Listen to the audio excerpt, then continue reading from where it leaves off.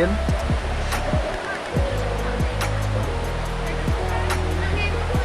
ฟาร์มปลาปากซองคงกระลงมุกซองปลาอย่างวัน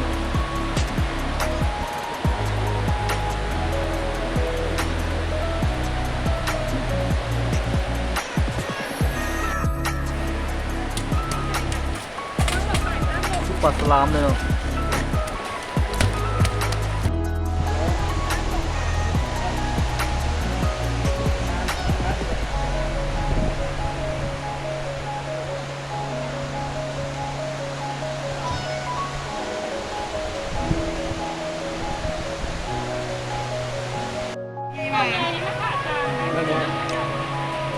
บ้องหายด้วย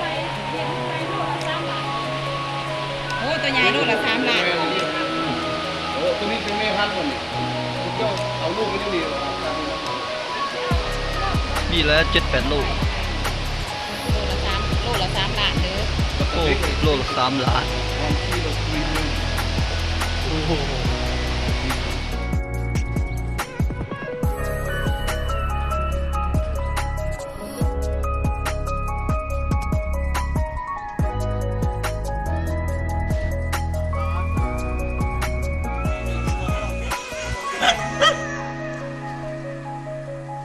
สวนกาแฟนอดอีกชื่อหนึงมาคิกาหมูมอด อยู่ดีมันลูกน่าเป็นรถไป ไหว้บ่ มักหลอดมักม่อนมักห้ามพ่อมักอิหยัง ไหว้นี่ดีไหว้ของนอนแมนมันมีผลดี กินไหว้นี่แค่หากินเป็นดีต่อสุขภาพแต่ว่าเขาให้กินมื้อละ2 จอกเขาบอกให้กินกายคือกินคือหมอเบ้นี่มันกายนี่แล้ว